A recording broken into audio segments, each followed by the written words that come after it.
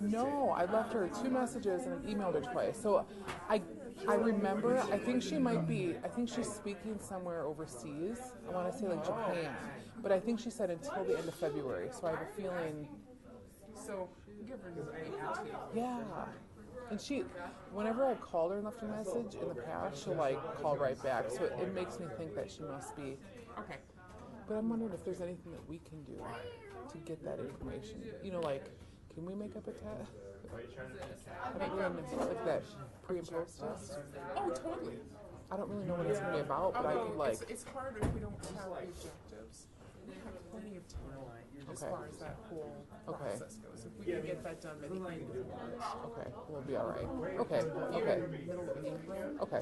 Still plenty of time. Okay. It just as far as the biggest thing is to get the description so they can start advertising. I kind of sent one. Maybe it wasn't as detailed though. Maybe I'm off on Well, maybe if there's any. I mean, I know one that she kind of outlined what she's talking about. Yeah.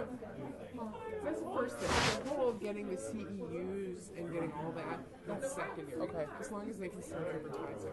Okay.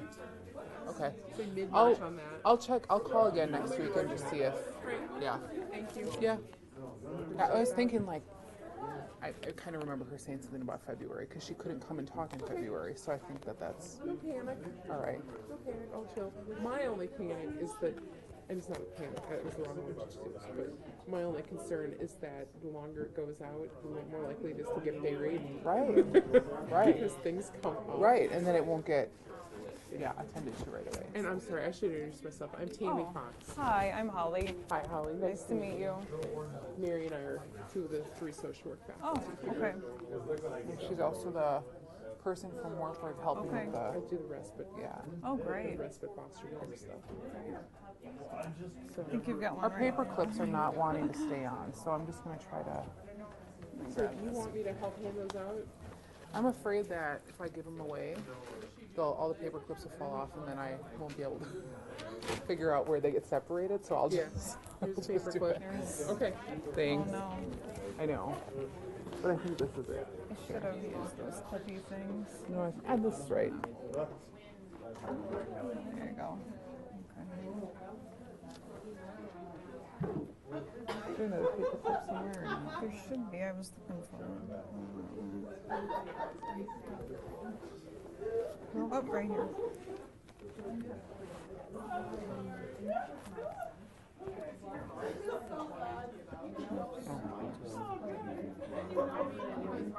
There.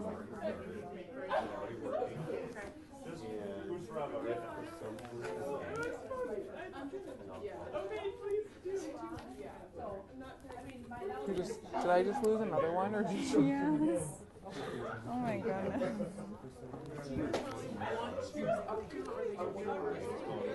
For table space we can, but otherwise I don't think we'll use them for talk, like for sitting in. So what I'm going to do is I'm going to use Yeah, that's fine. this. I'm going to slide these thing out. Okay. You need them for table space, great. If you do want to sit, these just flip up. Okay. So Okay. they can just be whatever. Okay. Sounds good.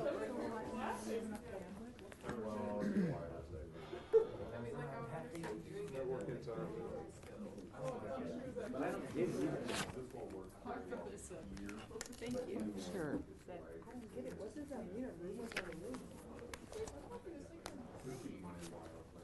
So Everybody gets a packet.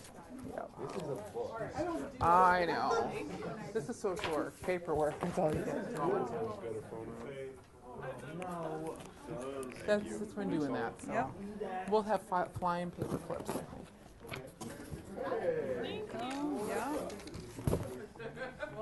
You know Melissa. I know, this is that meeting that you want. Yes. Yeah, the file I need to keep here.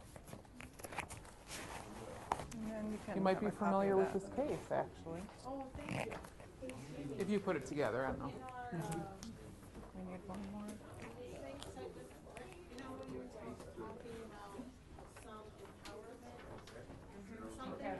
Yeah, it's lined up. Okay. Okay. Have a good time, everyone. Yeah. Can you look at your batteries? One more.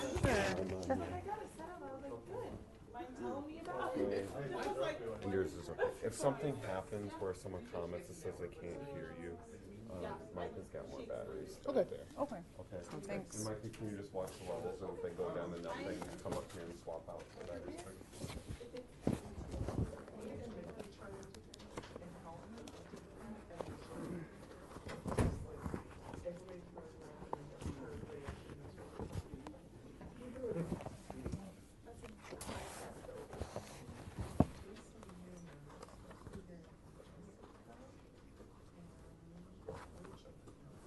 Okay, I haven't heard from either one of them. Should I restart? Okay. We'll zero that then. I just don't think I'll have much time next week. Okay, so I won't. Cool. What's that? Didn't get to see that. He's behind you. Hey Ben, did you see that? Yeah. Did you see that connection between Hillary? Here we go.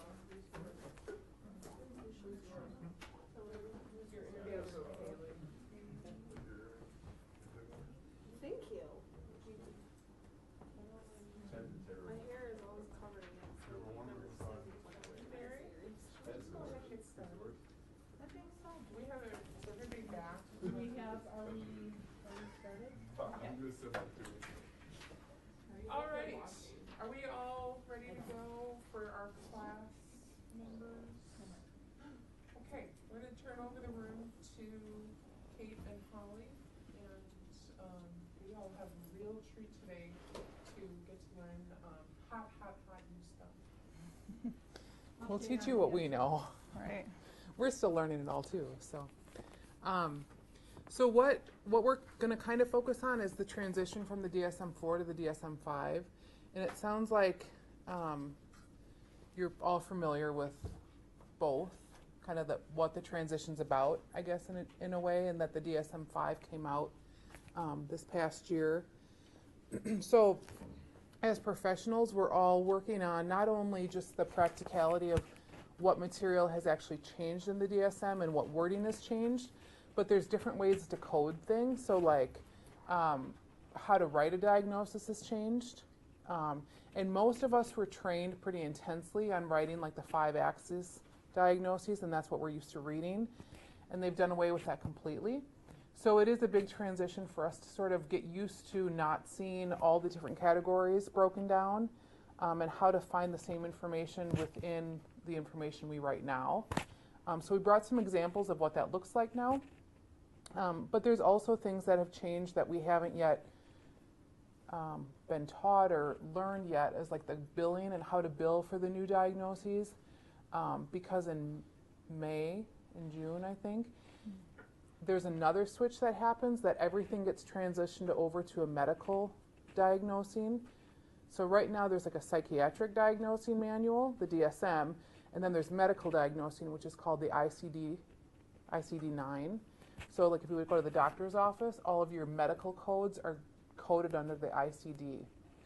So when we do billing, instead of putting in the psychiatric diagnosis, we have to transform the psychiatric diagnosis into a medical diagnosis as well. So it's a big adjustment. They're trying to get it a little bit more medically modeled.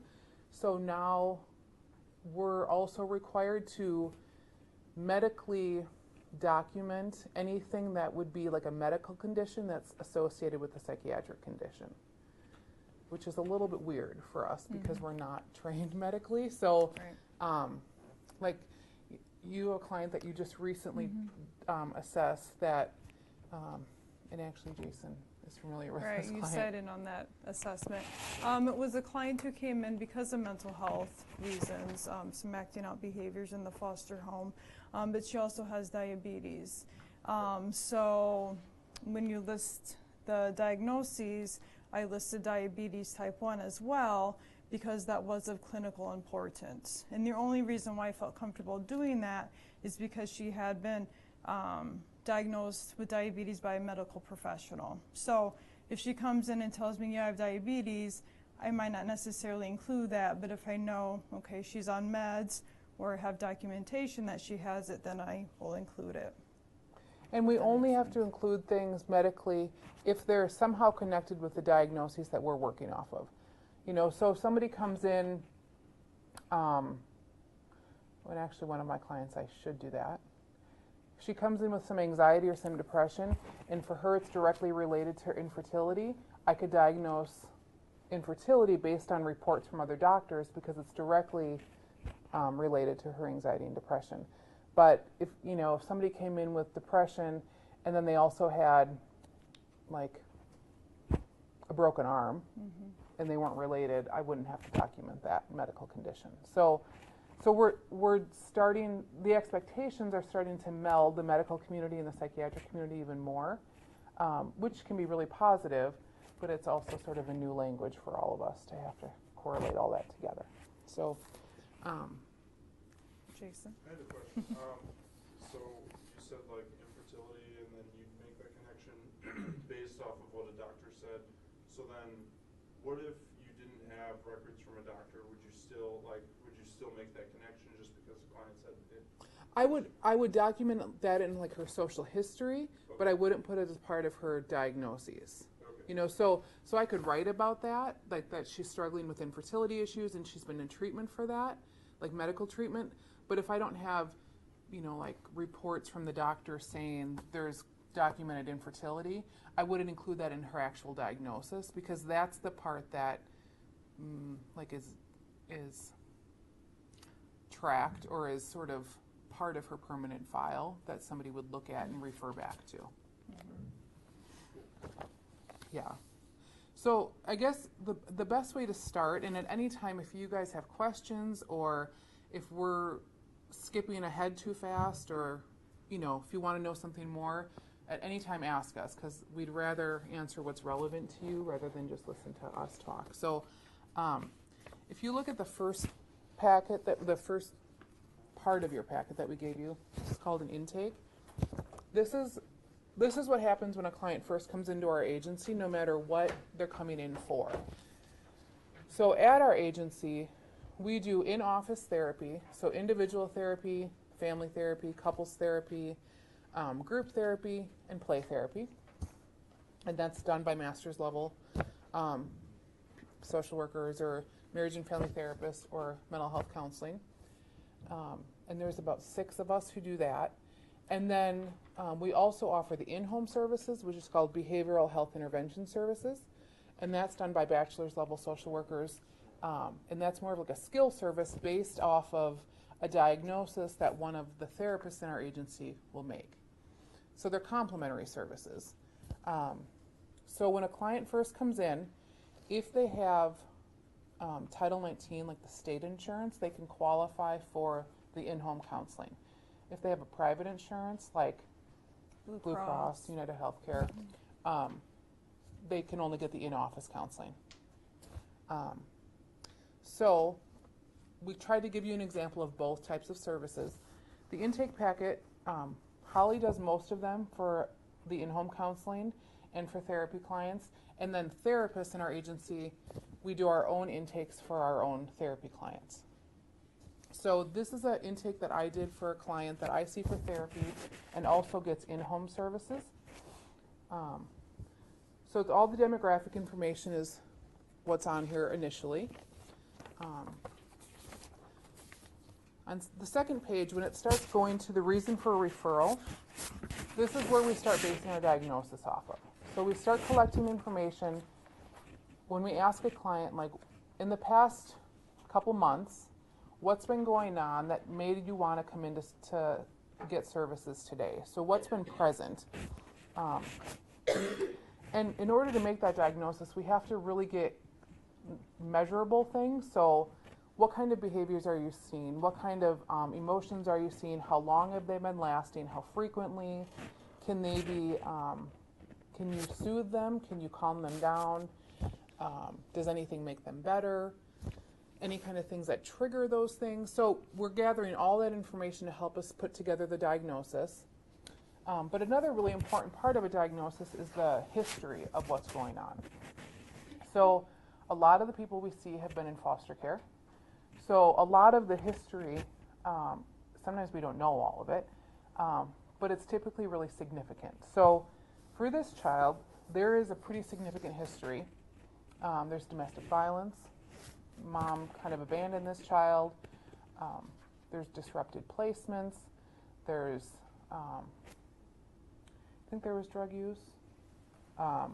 Substance abuse. So there's a lot of stuff that had been going on for this child, and she's 4, I think, for a long time. I mean, for her short 4 years, there's a lot of big stuff that's been affecting her. So based on this information so far, and I don't know if you guys gotten to do any kind of diagnosing yet or kind of practiced identifying any kind of diagnosing?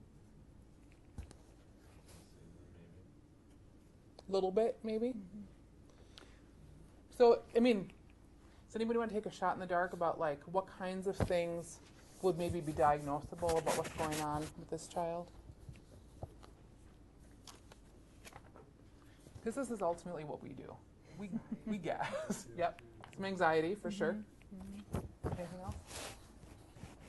How old was she when Mom abandoned? I want to say she was about 3, and she went right to a grandparent, and then Mom stopped all contact. So Mom kind of was in and out for a while, and then just... So you have kind of maybe a reactive attachment thought? Okay. Mm-hmm. Anybody else? Okay. You say like a medical term or just anything? Just like in our language, like more of a psychiatric term at this point.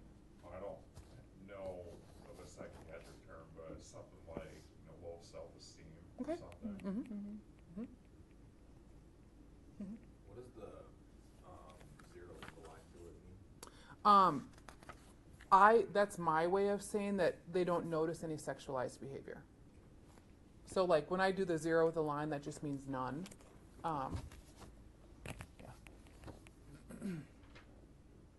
So I think everybody came up with some really accurate guesses, and those are all things that I started thinking about when I started thinking about the diagnosis. Anxiety for sure, just based on some of the behaviors that you're seeing, because she's looking anxious.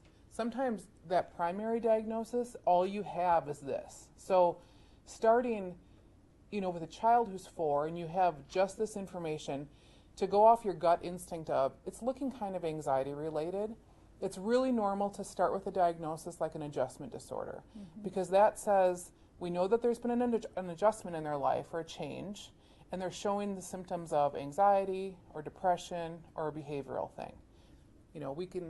Most of us can kind of determine that. And always, these are working diagnoses. These can be changed at any time. So let's say in a month, I start learning more, and I start thinking, there's something more going on. I can change my diagnosis then. So I'm not locked into anything. So an adjustment disorder is really common with kids. Holly uses a lot of that when we do like the behavioral stuff, because typically parents are coming in and saying, behaviorally, here's what we're seeing. And we haven't learned enough about the family dynamics to know if there's anything more. So it'd be really normal to start with her, kind of an adjustment disorder with anxiety. I did right away think about reactive attachment because we already know there's been a disruption of placement and her mom's kind of been out of the picture. She's showing some kind of resistance. And so all of that is possible. With a reactive attachment diagnosis, we'd be looking a lot at, you have to have a lot of evidence of her history before you can diagnose that. So at age 4, and with this much information, I wouldn't feel confident using that diagnosis yet, but it would definitely be something that we'd be considering as time goes on.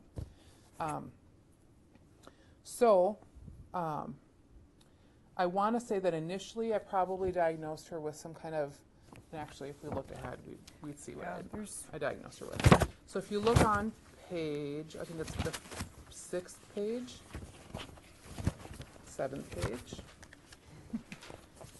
The page that says clinical impressions, if you look at the top of that page, I started writing down some of my ideas.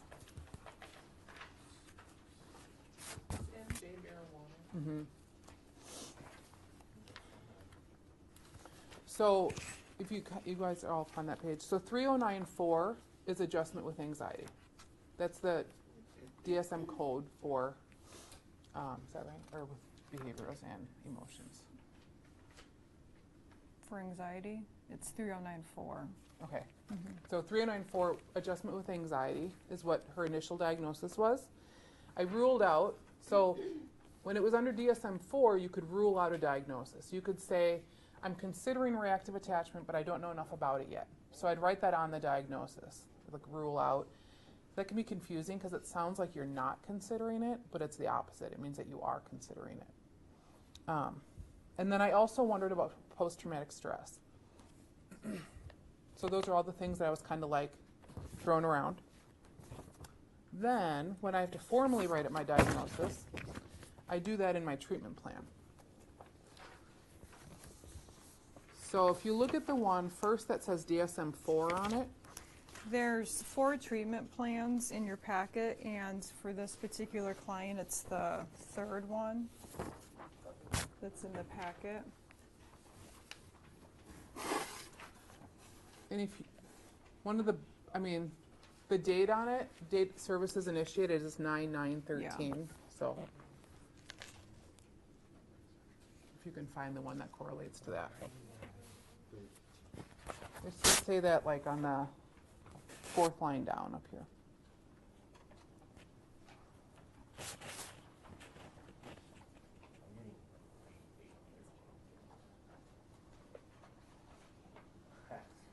So make sure that you're on the one that says DSM-4 because that's the first one we wrote.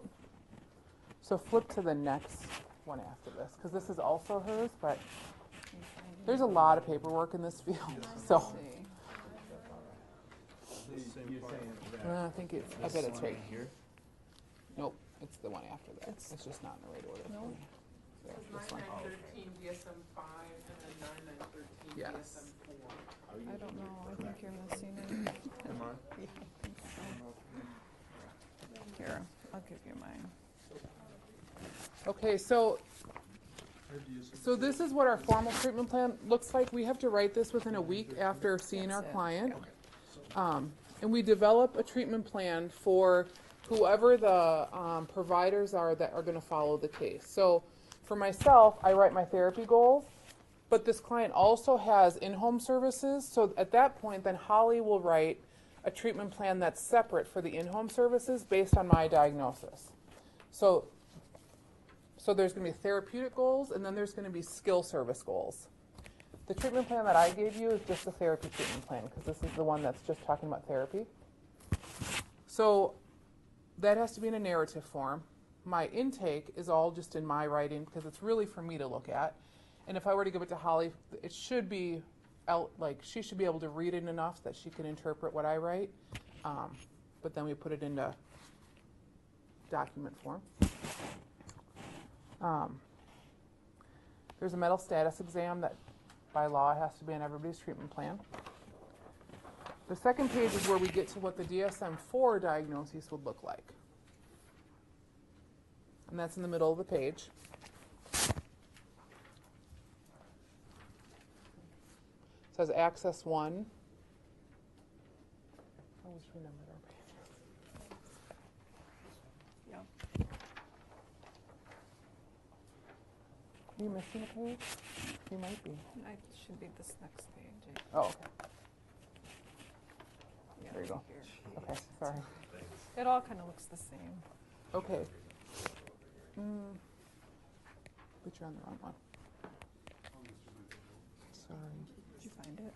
You might have missed a page. You can just look at her. That's a good idea. All right. So if we look at the diagnoses, the formal diagnoses from the DSM-4, Axes 1 always will talk about their behaviors or their mood. So it's like, I'm trying to think of the right word to use, but it will only talk about things that basically can be changed. So Axis 1 is like the changeable stuff, the behaviors, the mood. That's where you would put Axis 1 diagnoses. So an adjustment disorder with mixed disturbance of emotions and conduct is 3094. Oh yeah, that's okay. So that basically says her behaviors and her emotions are being affected by what has happened. Then I ruled out post-traumatic stress. And I also, another diagnosis based on what we've learned about her is that she's has some neglect in her history. Mm-hmm. So when you said the ruled out, it means the opposite, right? Right. You're still considering. Yep. Okay. Yep. So any code that starts with a 995 or any 9 number, it's not a billable code, which gets weird and confusing. It's not a medical diagnosis. It just means it's something that's affected the child. So they're either called like 9 codes or V codes, and those are more like environmental or situational. But if you think about it, you can't medicate or treat neglect, if that makes sense. You can medicate or treat the behaviors or the emotions, but you can't.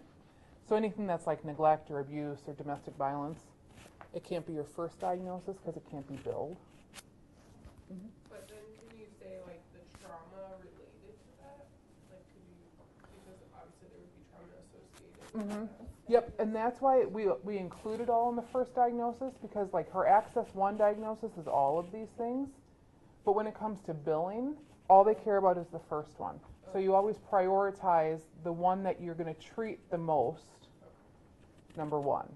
So the one that I'm going to work on treating is the first thing I list. But if I read this, if I gave this to you to read, you're going to get a better picture by looking at everything that's on it. Okay, so Access 2, this is like the personality and developmental diagnoses. So if a child has autism or has like mental, intellectually disabled. Right, what used to be called mental retardation. Right. Or a personality disorder like borderline personality, an adult would have that. Mm-hmm.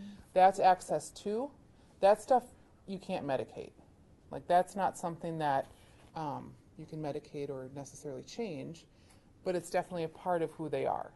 So Access 2 are significant. With children, it's very unlikely that they are going to have an Access 2 diagnosis, unless it's like an autism or a developmental thing. If it's like a teenager, they may have something that says deferred or traits of borderline personality disorder or something like that, which means when they're 18, that can be formed into a diagnosis. But right now, I'm just going to kind of keep watching it. Access 3 is any kind of medical condition. So again, in DSM-4, we could just list it. I could say broken arm, or I could say asthma, or chronic ear infections. DSM-5, that changes. So for Access 3, that's what that is. And then Access 4, they're called like the social and environmental factors. And in the DSM-4, there's a list of how to word them. And there's like 6 to choose from. So whatever ones fit in her environment, I list. And then Access 5 is a GAF score, which means a global assessment of functioning. And then you give her a number on a scale from 0 to 100. Have you guys seen what the GAF looks like? Mm-hmm. Okay, so Okay, just remind us, the higher the number, the better, right? I mean, it sort of unofficially, if somebody has higher than a 70, insurances don't really think they need treatment. So it's kind of a gauge for like, if you're at a 70, you're probably doing fairly well. If you're anything lower than that, like between 70 and 40 is typically where we see people. People who are like institutionalized or very chronic are going to be lower than a 40. So that's like a really rough generalization of what that GAF looks like. And then it continues with just sort of medication, any kind of psychiatric history, and then it goes to treatment recommendations and clinical impressions. So let's switch to the DSM-5 for this client, which is the one that was right before it.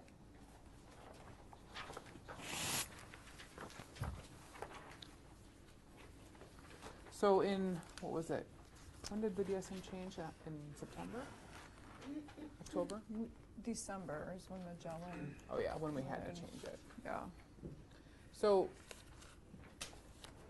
for all of our cases starting in December, now we have to use the DSM-5 to use diagnoses. For this class, I just wrote one for you because I wasn't going to write this one yet. So the DSM-5, most of the information is the same because I just kind of applied it to the DSM-5. So we still know everything that we did about her. It's all the same, but now if we look at her diagnoses, it looks a lot different. One thing I will say is, because I wrote this recently, I did change her diagnoses in the meantime, and so I've just written her new diagnoses here. So the DSM, the first thing you'll notice is there's no axes. So it's not broken down into 5 different categories now. Now it's just, you write what's there. And some things have been taken out of there, and we'll talk about that in a minute. So the first thing I decided at that point is that I've known her long enough. I've learned more about her. She's shared more with me. It's post-traumatic stress that she's dealing with.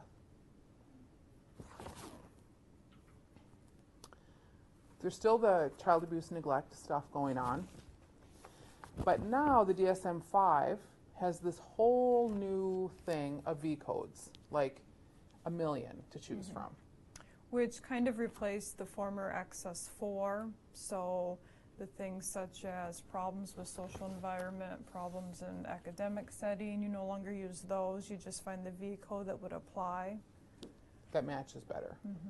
Again, we can't bill for a V code, so I'd have to have something else that's diagnosable before I use the V code. But for this V code, she's a child affected by the parental relationship distress. So because of the domestic violence and because her mom left, that would be an appropriate V code to use for her. There is no medical issue on here for her, but that would be where I would put anything medically related to her psychiatric diagnosis if there was. Any questions about that so far? Like of how the difference looks? There's no gap score. There's no gap score at all. The DSM-5 people, whoever they are, believed that the GAF is so subjective. Like it was so hard to, Holly and I could look at the exact same thing and we would come up with a different GAF. And neither of us would be wrong, we would just have different perceptions of it. So it wasn't scientific enough to use anymore, and that's why they took it out. Which is kind of a relief, because it was kind of a pain. And it wasn't very accurate. So, yep, there's no more GAF. Do you have a question?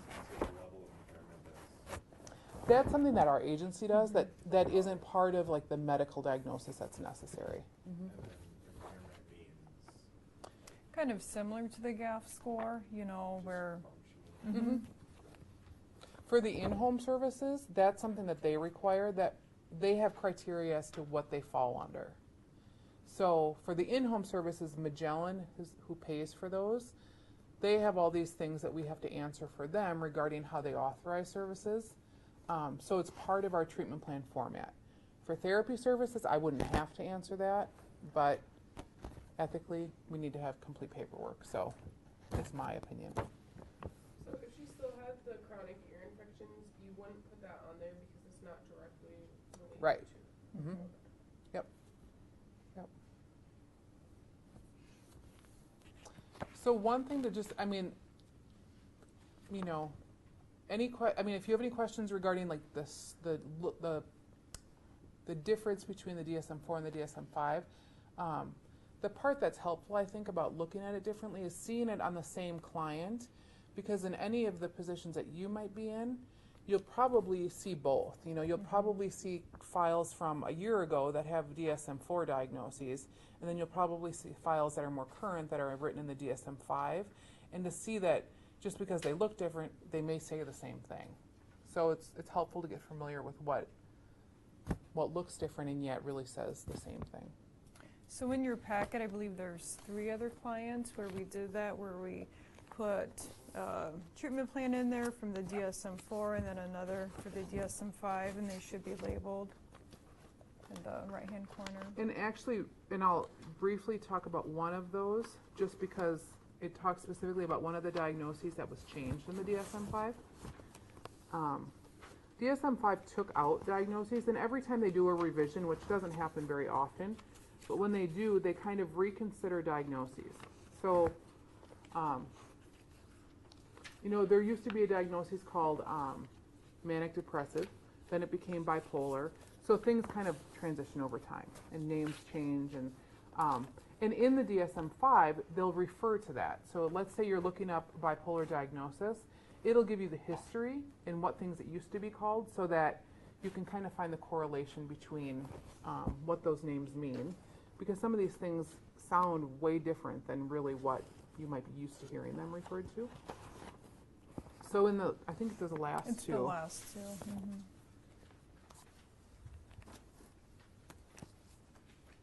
She's still taking her Adderall and Risperdal? Or?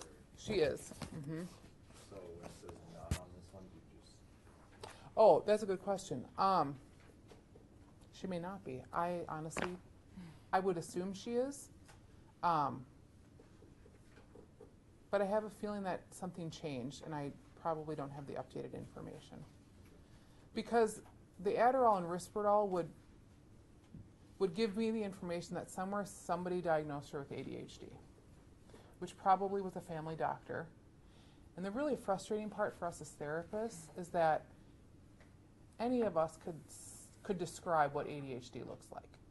So when we read her characteristics, she's kind of being defiant, she's kind of bouncing off the walls, and she's kind of hyper, and you bring her into your family doctor and say she's kind of having these behavioral issues, she kind of fits the criteria for ADHD. So then they medicate her. But really, when we learn more about her, it's not ADHD at all. It's trauma that she's dealing with. She's doing a lot of self-soothing behavior, and she doesn't know how to regulate her emotions. So once we start addressing that trauma and she starts processing that through play therapy, the symptoms of ADHD are gone, which tell us it's probably not ADHD. So a lot of times clients come in with a diagnosis of ADHD, which we don't really go with. If they've been assessed by a psychologist or they've had formal ADHD screenings, that's different because it's a formalized test for it. But a lot of kids have been prescribed that medication from their family doctor based on just a parent coming in and saying they're acting out. So I guess the more I think about it, here's what I'm guessing has happened. The grandma probably just stopped the medication. Yeah. So this next 2 packets,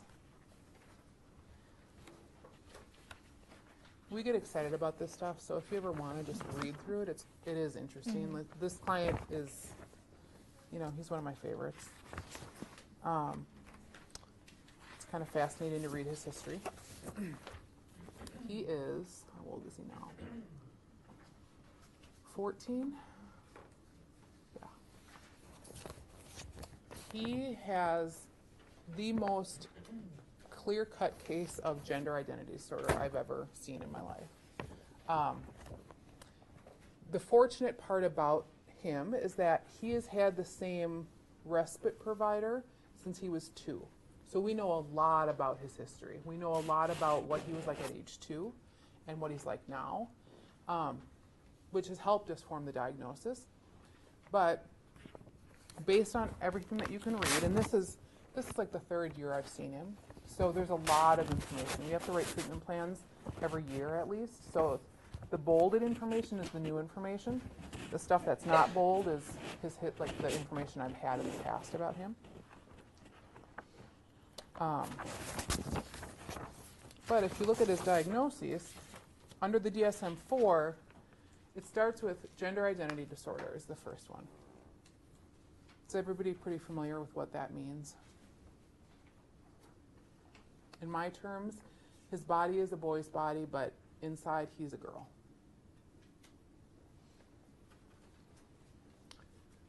He has a secondary diagnosis of depressive disorder.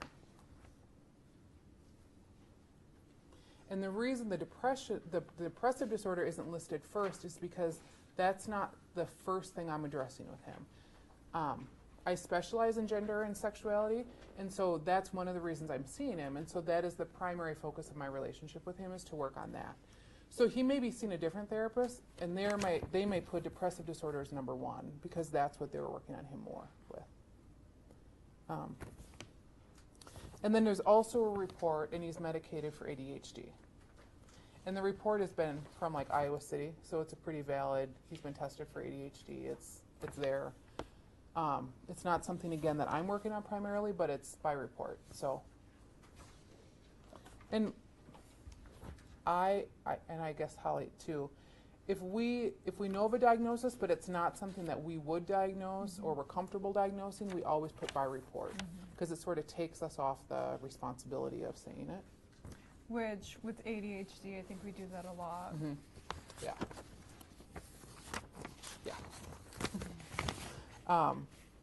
So access 2 is deferred. He's old enough that he's showing signs of a personality disorder. He's showing signs that say his personality is developed enough that we see that there's also traits that he's showing some characteristics that would qualify him to have a personality disorder. You can't diagnose that formally until he's 18, but he's old enough that we can start watching it. Access 3 is there's really no medical things that I'm aware of going on with him. Access 4 is problems with primary support, problems in the social setting, history of problems in the school setting. And his gap is at a 60.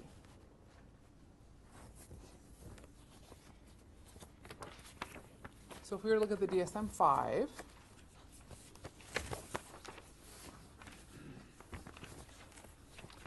gender identity disorder was taken out of the DSM-5. That's a good question. I noticed something that they transferred to the ID waiver. Is there something in the access form diagnosis that talks about an intellectual disability?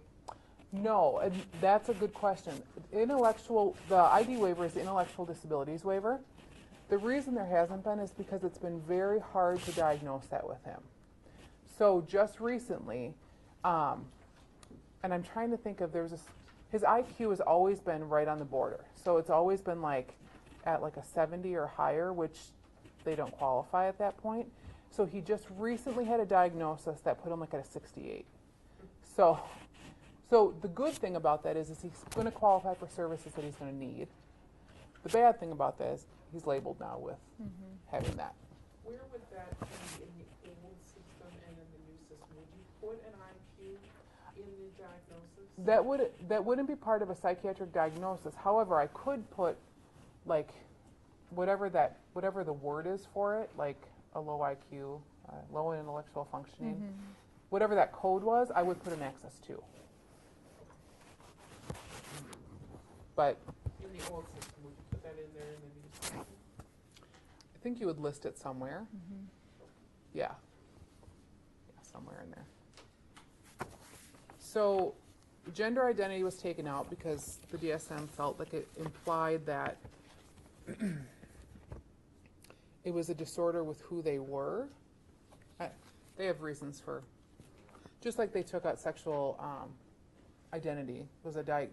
People were diagnosed with having a sexual identity disorder, like if you were gay or straight in the 70s, that was a diagnosis. So that was considered a mental illness. Obviously they changed that, and that's no longer considered a mental illness.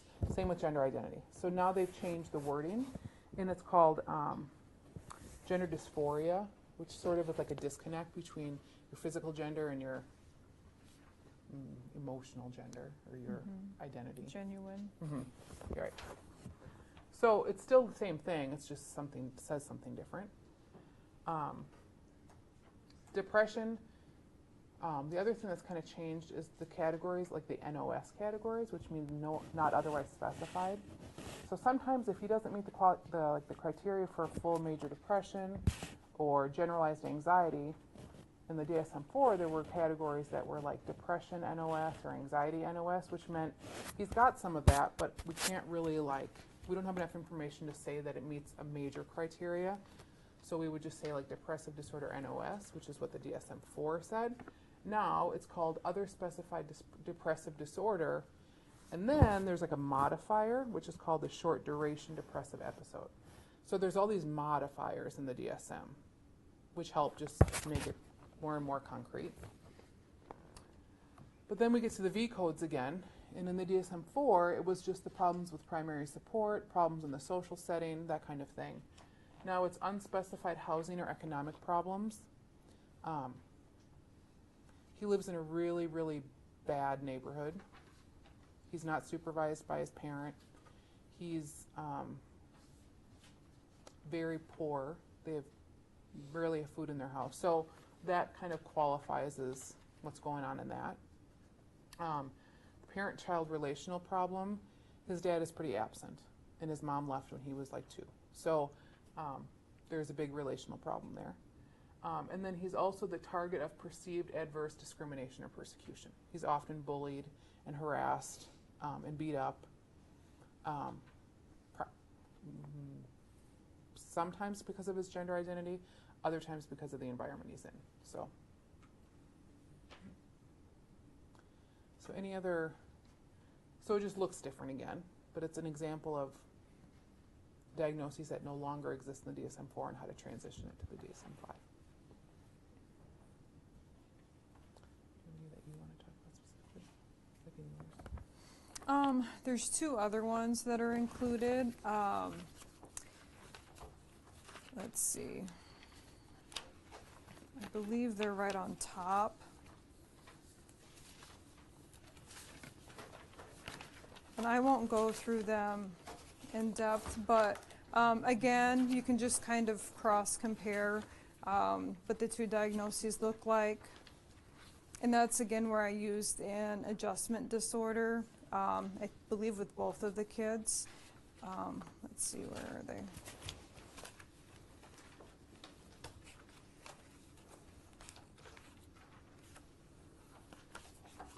Okay, like this first one in your packet, dates initiated 8/8/13. This is an example of a client that came to me. He's on medication for ADHD. Mom says that the medication works, and so I did diagnose him with ADHD by history. If he came to me and he wasn't on medication for ADHD, I probably wouldn't give him that diagnosis. But again, as he was seeing me, Mom took him to a psychiatrist. He was prescribed the meds, and then because symptoms did decrease, then I went with a diagnosis of ADHD. And that's one way for ADHD to really confirm a diagnosis, is that if ADHD meds are prescribed for a kid and they work and Right. they decrease the symptoms, they have ADHD. If they don't have ADHD. And ADHD is pretty concrete like that. So sometimes parents will just go with the medication, and if the medication doesn't work, then they pursue testing. Sometimes parents will go through like formalized testing and then look at medication. Either way, it's pretty valid, I guess, if we're noticing a decrease in symptoms. So, yeah.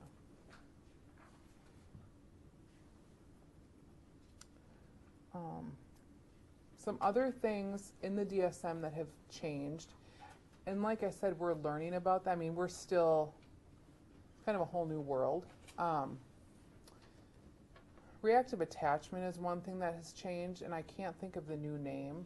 But in the DSM-4, there was one diagnosis for reactive attachment, and it was reactive attachment disorder, and it was really, really hard to prove that diagnosis. You know, I guess I work a lot with attachment, so I would say that there's a lot of people that I've seen that have attachment issues on that spectrum. Very few would actually fit the criteria for reactive attachment. So that would kind of be frustrating because you couldn't accurately diagnose them for what you're seeing unless they really met this full criteria. And reactive attachment is really based on severe behaviors and symptoms. So now in the DSM-5, there's a criteria, and I can't think of the name, but it's attachment related. But then there's like those modifiers that kind of talk about, like, is it inhibited? Is it disinhibited? So like, what does it look like? Some kids who have attachment issues have no boundaries. Like, they're hugging everybody.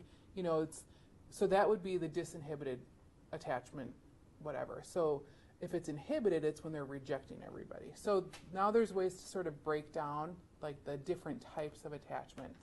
And that's sort of what the DSM has tried to do more of, is like more scaling rather than black and white. Same with like autism. Asperger's is not in there anymore. Now it's autism spectrum disorder, and what part of the So, like, continuum what are you on? degree? So there's some benefit to that, but it can also be really subjective, and it might be sort of hard to qualify all of that too. There's diagnoses that we don't use very often in our practice that are focused a lot on in the new DSM. Like substance use was a big category that they did a lot of work on. We're not a substance treatment agency, so we don't ever primarily diagnose a substance use issue. It may be there somewhere, but if you were to work at like Pathways or somewhere that you're dealing with a lot of substance diagnosing, that would be an area that you would notice a whole lot of changes in. There's also different tools in the DSM that we haven't been trained to use yet, but that are used to help differentiate between diagnoses or to also transition. So like you would fill out this form that would meet the criteria of a diagnosis you had, and then there's a form in the DSM that helps you transition over to the new diagnosis. But again, learning the new DSM will take us years to figure out. So it's just a work in progress. And the good thing is diagnoses are always working. I mean, they're always changing. So you're never really locked into something. Any questions about that or just in general? So it might be kind of a dumb question, but like, let's say you had a a couple come to you for like marriage counseling.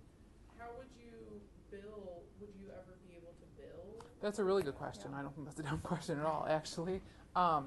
It is tricky because we tell families that if you call your insurance company, like say you have Blue Cross, and you say, I want marriage counseling, your insurance company will say that's not a medical diagnosis and we can't pay for it. But if you call your insurance company and say, I'm dealing with depression and I need to do some family counseling with my spouse to help work on that, they'll pay for that. So marriage counseling is billed as family counseling. And so one person, right, and one person will have a file and one person will have a diagnosis. But in all of their notes and all of the documentation, it's a family issue or it's a marital issue that's working on this one person's diagnosis. Yep. And is that how most family, because so then it is able to be billed? Right. Okay. Yep. It gets a little bit tricky when sometimes families don't want a diagnosis, and then you can't. I mean, then they can private pay for that, but we can't like bill it medically. But it's usually a pretty legitimate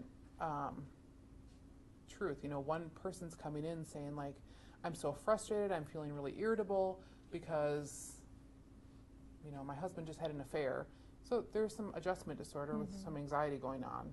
And in order to mend that and work on that, communication has to be worked on, or feeling expression. So it's just sort of all in the wording a lot of the time. Yeah. Yeah, typically it's something as simple as an adjustment disorder when they come in. I guess what if they just said like, oh, I'm just really frustrated, we're not communicating well. We work really hard on finding a diagnosis that will fit into. Okay. Do you have a problem as a social worker with diagnoses? Something I'm asking this in two ways. One, as a social worker, do you have a problem with diagnosis? Because are there consequences to a diagnosis? So in the case that Emily referred to, you diagnose depression, okay, some variation of depression. Could that come back in a patient's history and cause them problems? It's not very typical. Social worker diagnoses don't mean a lot. If they went to a psychiatrist and had formalized testing and were hospitalized, those diagnoses mean a lot. But we're just social workers. I mean, really, like, it doesn't hold up a lot. Maybe if like the other spouse could bring documentation into court and really work on using that, that might, that could come back, but that's pretty rare that that would happen.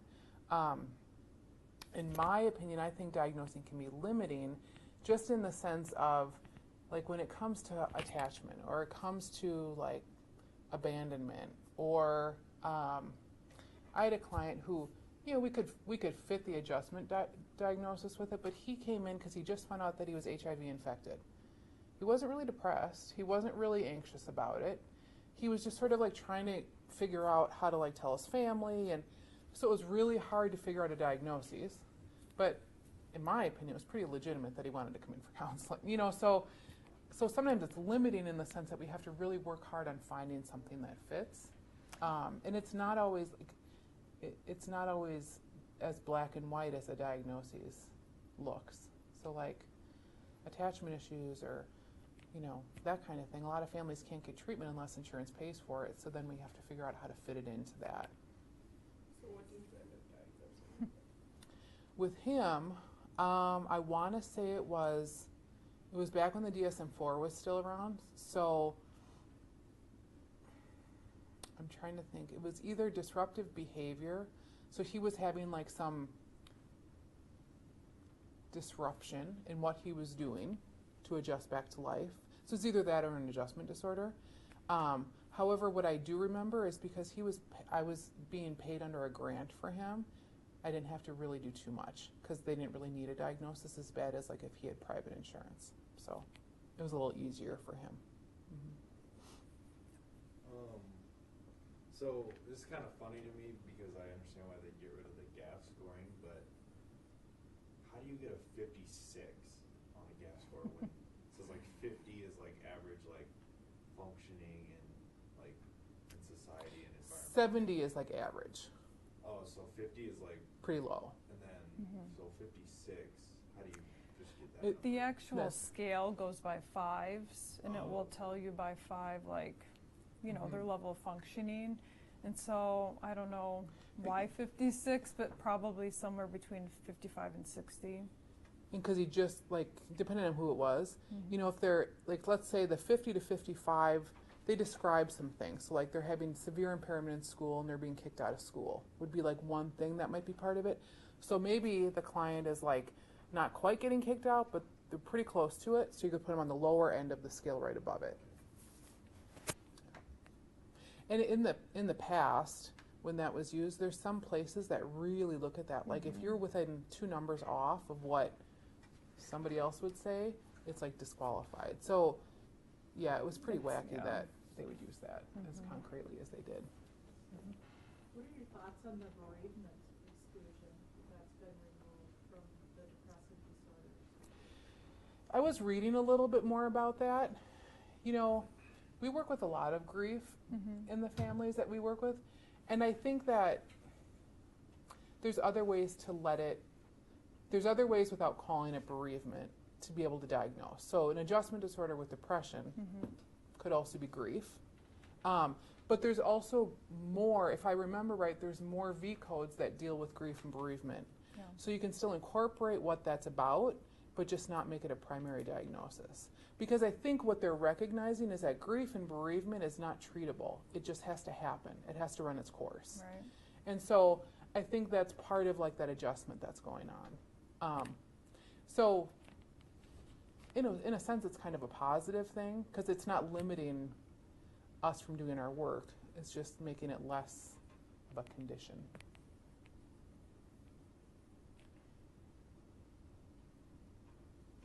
Any other just questions, whether about like the DSM or about our jobs or about our agency? We have some flyers to hand out to you and some pens because free stuff is fun. One more question. Kind of related to Tammy's in terms of implications with diagnoses and non-clinical community partners interpretation. That's really frustrating. Of what that means. Yes. In particular, like adjustment disorder. Yes. But seeing the clarifier of anxiety or depression and misinterpreting that to mean major depressive disorder, generalizing, and Yeah. not understanding its adjustment. Right. Well, and I I mean, think how do you work with that? Yeah. I think that's where you have to be selective in what information you share with those other, you know, partners that you might have. I mean, obviously collaboration is good, but sometimes we just don't include that information if we feel like it might be detrimental. And with families too, you know, because families will see depression instead of understand what adjustment means. And so we struggle because Magellan says every family needs to see their treatment plan. Right. Therapy-wise, they don't. And so we really struggle because usually the people getting the in-home skill service are lower functioning and understand it less, but yet they say they have the right to know the information. So the positive thing is at bachelor's level, you're learning more about diagnoses so you have a better understanding of it, because it's our in-home provider's job to review that with them and to talk to them about it and sort of open up that communication. So having some knowledge at a bachelor's level, I think is really helpful, but also recognizing I have knowledge of it, but I can't diagnose it. So I have knowledge of sort of what it means, but I also know who to direct them to talk more about it. I think one of the biggest things we see is the rule out. So many people look at rule out and think, oh, they totally don't have that, when it's the opposite. And so, I mean, it's those kinds of things. Or they're saying this 14-year-old has borderline personality disorder, and they can't. Like, you can't diagnose a personality. Your personality isn't developed until you're 18. So things like that it's inaccurate. Do you do quite a bit of psychoeducation sometimes, depending on? We have to, and that we have to document that in our treatment plans too, like what information we've given the family. We offer like a parenting group where we talk a lot about attachment-related things. We do a lot of work with families, like if they have in-home services, they also, like the in-home providers have to do family work. So there's a lot of, you know, not just treating the kid or treating the one person. We try to educate everybody into it. I guess my goal is kind of like to become a therapist, so I guess I'm feeling a little overwhelmed right now. So does it get easier like as you go, and like I guess like diagnosing and things like that, you kind of Diagnosing, it sounds overwhelming. I mean, it does feel overwhelming, and I remember in my psychopathology or DSM class, it feels overwhelming. But, I mean, we're constantly reading. Like we're constantly looking through the DSM, and we're, you know, so we don't ever have to do it blindly. So, Yeah, you know. once you know where things are at, it becomes a little more clear cut. And you kind of find your niches too. Like Holly may come to me and talk about like gender and sexuality or attachment, you know, but I'm going to talk to Holly about behavioral things because that's where her experience is, you know. So you kind of know like who are you going to ask more of these questions to, and that's the positive thing about collaborating with people and really knowing like what your strengths are and what you don't know a lot about. Like I'm horrible at diagnosing bipolar disorder. Because it's so complex and it's so like mathematical and all over the place, and I don't like diagnosing it, so I won't. I just won't even use it. Like I'll maybe refer to it or kind of talk about it, but I'll usually refer like one of my clients somewhere else to get tested for it, and then I can work with them on it. But I'm not comfortable with that diagnosis, so just kind of knowing where you're not knowledgeable enough in. absolutely guess that there would be, for you saying that, there are probably 5, for every one of you, there are 5 clinicians who say, I will absolutely diagnose Right. bipolar and Right. will not touch gender identity. Yeah, and so it's good to really know what you know and admit what you don't know.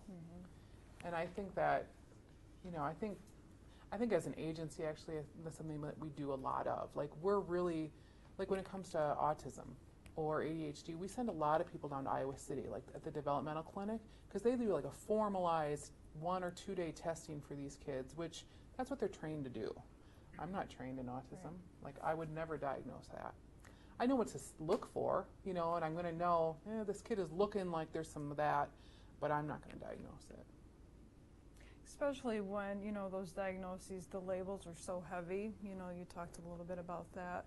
That's not a, you know, a diagnosis you just want to slap on a treatment plan. Right. I get frustrated with family doctors who diagnose. Yes. I mean, I just kind of feel like they probably know a lot about medical things, but when it comes to a 5-year-old coming in with some behavioral issues. And there's a lot of other stuff that's going on with, you know, attachment and trauma and temperament. And so that's where I get a little bit like, ugh. We see that a lot too because our main office is in Parkersburg, and so, you know, to There's go not to a a lot around psychiatrist, you're going to drive 30 miles to Waterloo, so people just don't want to do that. So that's one thing that we've run into in some of those smaller communities that we live in. People just go to the family doctor. Are you seeing the phenomenon? I know it was a while back up in the cities, a while back, but SNAP checklist and doctor's appointment diagnoses, so maybe a SNAP checklist for ADHD is completed. There's a lot of that. Is that still happening? Yeah.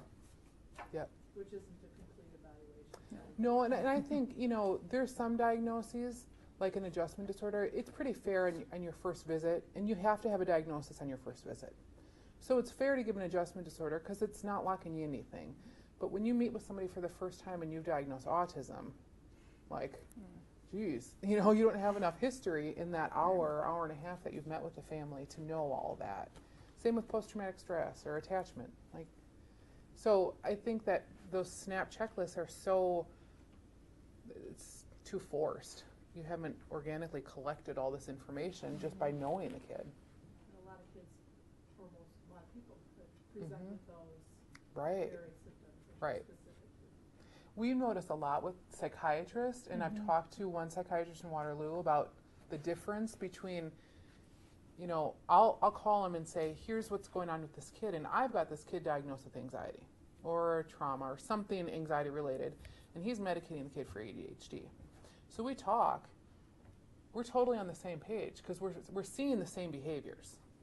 But what he's looking at is how do I fix the behaviors with medication? So I'm going to give them like a impulse control medication, and I'm going to give them things that just kind of subdue that. What I'm looking at is I don't need to fix those behaviors. I need to get to the root of what's going on and then work from in there, from like to the outside. And so we see a lot of that. So kids that have ADHD stuff, a lot of times we see the anxiety or we see the separation stuff because we're coming from totally different avenues. The great thing about that conversation is the psychiatrist was able to validate that for me. Because of course psychiatrists are more important than we are, and their diagnoses look, you know, they're taken more seriously because they're doctors. But being able to really kind of look at that as a reference point for myself and say, I'm not looking at this wrong, or I don't even have to sort of justify my diagnosis. We're just coming from different goals. It makes sense that he's looking at it, he wants to treat it, I want to figure out what it's about. So. Yeah, so coming from the DSM-4 and working with that for so many years, and now working with the DSM-5, what have you guys found like most helpful about the changes, maybe in reorganizing things, or is there anything that you guys have been like, wow, I like this? You know, the promise of what it was going to be was what was exciting. What it turned out to be wasn't that great. Right. Like, there was talk for 2 years that there's going to be all these attachment categories, and there's going to be more relational diagnoses. That was sort of the big push. That it was going to be more like there's a family and child relationship issue, we're going to be able to diagnose that and treat that rather than a medical diagnosis. That never happened. So what we hoped was going to be there was the exciting part. Now it's like, I mean, there's probably some good things that have come out of it, but nothing right now, nothing yet that stands out to me and like, oh, this is great. You know, that this really validates the need to change. The categories that we wanted to change haven't been touched. If you ask like a drug and alcohol counselor maybe, or there's some other categories like I think some neurological categories, they noticed a lot more changes. That's where a lot more of the effort went to, because those departments got more money. That's what happened. Isn't it true that there was some recent discussion on listserv? Social workers were basically not consulted as part of the DSM change process. That's what we learned kind of in that training. The guy, one of the guys on the committee did this training for us in Cedar Rapids, I think. And he did talk about that like the neurological categories and the substance, those specialized categories got a whole bunch of money, so like all the efforts and the education went into those. And the more social worky categories like attachment, like when we're working with blended families and all of that, it just didn't get the stuff that they were hoping. I have a really detailed question. Is autism, as it's now defined in the DSM, a developmental disability? Does somebody who has a diagnosis of autism qualify for DD funding and services? I think that they qualify. I don't know this for sure, but I think if I look at the waivers under DHS, I think they still qualify under the mental health waiver, not the ID waiver, because an autism diagnosis has a higher IQ, and an ID waiver has to have lower IQ. So if you had a child who is diagnosed as being on the autism spectrum with also a 65 IQ, Then the IQ would qualify them for the ID waiver, not the autism diagnosis. So it wouldn't, if it was written up, you would have a code for autism. You would also have a code for intellectual disability. I think so. I think so. I think, yeah, that sounds right. And since we don't use that diagnosis a lot, I don't know how it's written now. Because now there's one code for any type of autism. Then there's just a lot of specifiers.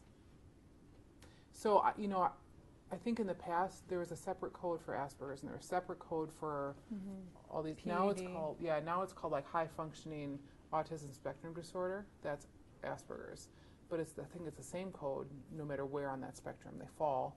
It's just the handwritten modifiers that fall into place. This is interesting what you diagnose somebody affect what funding stream.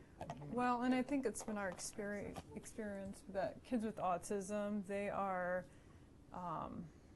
They're damned if they do and they're damned if they don't. they don't get the services that they need in this state, I would say. The in-home service that we provide, kids with autism don't qualify for that service. But previously, if they had a diagnosis of Asperger's, sometimes they could get the service. And so I guess that's one. Right, because Magellan says, the experts at Magellan, they're not experts. Insurance agents. Insurance agents say that if a child has autism, they can't make it better.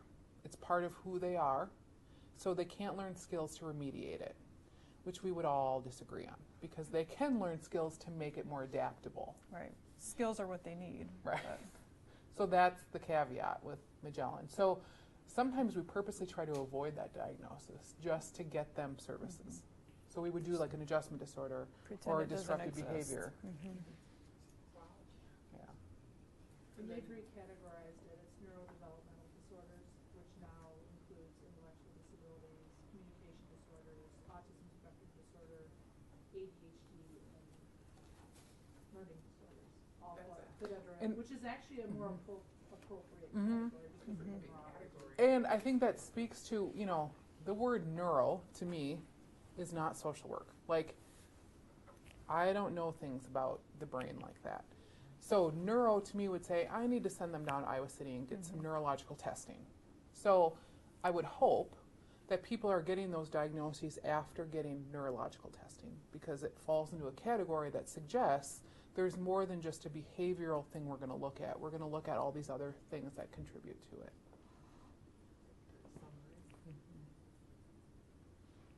I just wanted to comment, I think it's so interesting that, my friend in middle school, I have no idea where he got his ADHD diagnosis, and I always thought, those things were cut and dry, and, that they would go to the right place, or, school nurse would know where to send someone, so I just think it's really interesting.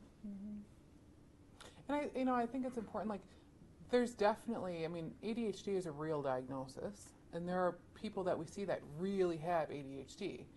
But unfortunately, there's so many kids that have been misdiagnosed with it that it makes it really skeptical. It makes it hard to just look at the diagnosis and say, oh, this is really what's going on. Because a lot of times it's a lot of parenting. It's just relationship stuff that if a child isn't being parented by their parent in a way that's consistent and firm and all of those things, of course they're breaking some rules and Running hyper around. and so. So like the attachment disorders and the adjustment disorders kind of like big broad categories when don't really fit into certain things that you Adjustment is. Adjustment is, and then the other ones that used to be in the DSM-4 are any of the not otherwise specified categories. So anything that would say like depression, NOS. Another one that we used a lot of, especially with kids, was called disruptive behavior disorder. Because that was kind of a general, like, yeah, there's some behaviors that are disrupting their everyday life. And that's another diagnosis that's changed. Holly, what's that name of the new one? You use it more than I do.